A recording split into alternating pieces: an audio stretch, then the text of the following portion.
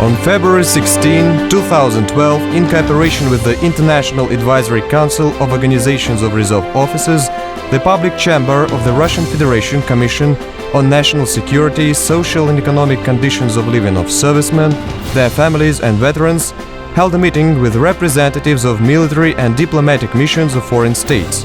During the meeting, the participants touched upon reserve officers' Russian and international experience of cooperation. Taking into consideration geopolitical changes, development of international ties is of particular importance nowadays. We should know each other better, to know history, culture, and move forward relying on the history. We should abstain from wars as a means of settling disputes. The meeting was attended by members of the Public Chamber of the Russian Federation, spokespersons of the Defense Ministry, Ministry of Foreign Affairs, Security Council, State Duma, Federation Council, Government of Moscow, ambassadors and military attaches representing 32 states, veterans and prominent public figures. People living in various countries, distinguished by their history and mentality, have features which unite all of us, unite officers. We were all brought up on feelings of love for our motherland, devotion and patriotism. Today, the Public Chamber has marked a milestone. It has celebrated its 6th anniversary. Undoubtedly, the regional Public Chamber and the Public Chamber itself rely on non-governmental organizations.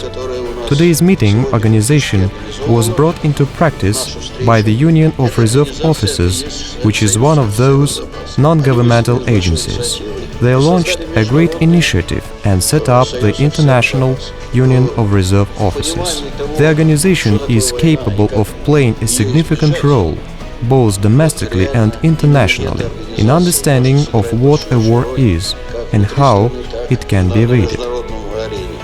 Members of the Commission reported on main fields of their activities meant to form a civil society, cooperation of public figures with the armed forces, other law enforcement agencies and enterprises of the military-industrial complex, and shared their experience of international cooperation. Unlike the State Duma, the Public Chamber is a rapid response organization. It is entitled to address a challenge independently and reach higher authorities, including President. That is the essence and power of the Public Chamber. Participants of the meeting unanimously noted that reserve officers are best appropriate for a role of champions for peace and friendship among different countries. They also came to a conclusion that international cooperation and exchange of experience in the field of security, civil control over law enforcement and security agencies serve as a basis of the world stabilization. I am pleased to sit at the same table amid quite a number of servicemen of different ranks, and they speak about peace and cooperation rather than war. Such issues as experience of work of the International Advisory Council of Organizations of Reserve Officers, which was set up last year, and the Council's second meeting scheduled for May 2012 in Bratislava, drew particular attention of the participants of the meeting. As many as 23 countries expressed willingness to participate in it. Organizations participants of the Council carry out cooperation in such fields as conducting consultations, promoting of a kind and charitable attitude towards veterans and military pensioners on behalf of society. The real price of peace and war is best known by officers than anyone else.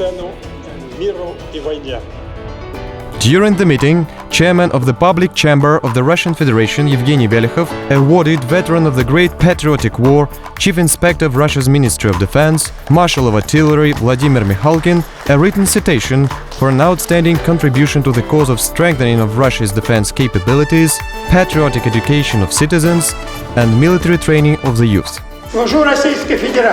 I serve for the Russian Federation.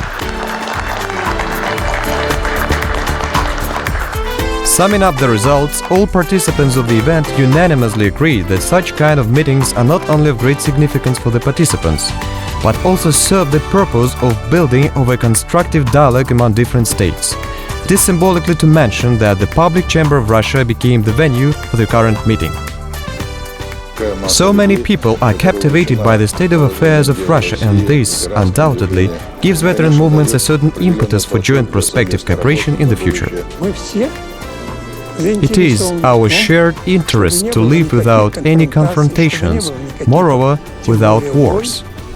Our delegations are all in favor of conducting cooperation and exchanging experience in a peaceful and amicable atmosphere.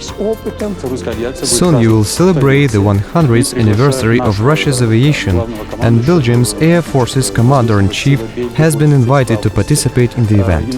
In its turn, the command of the Navy has been invited by the Navy of Belgium in July and August. There exists such a cooperation, and of course, there are continuing bilateral contacts. Our defense minister recently paid a visit to Russia, and I believe it to mark the beginning of our active cooperation. Indeed, the foundation of the International Advisory Council of Organizations of Reserve Officers on June 15, 2011 became an event of great significance. This is a unique organization, not only in Europe and Asia, but in the whole world. It brings together reserve officers, people who have endured war paths, officers who are still being in service, and those who are able to analyze many topical developments taking place in the world.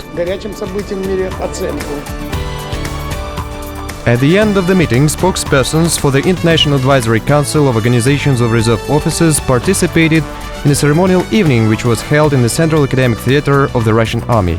The event was dedicated to the 40th anniversary of the officers' feature film and was organized to honor Russia's legendary actors who starred in the movie. The actors were awarded a special prize instituted for the actors of the theatre for their contribution in creating a heroic image of an officer.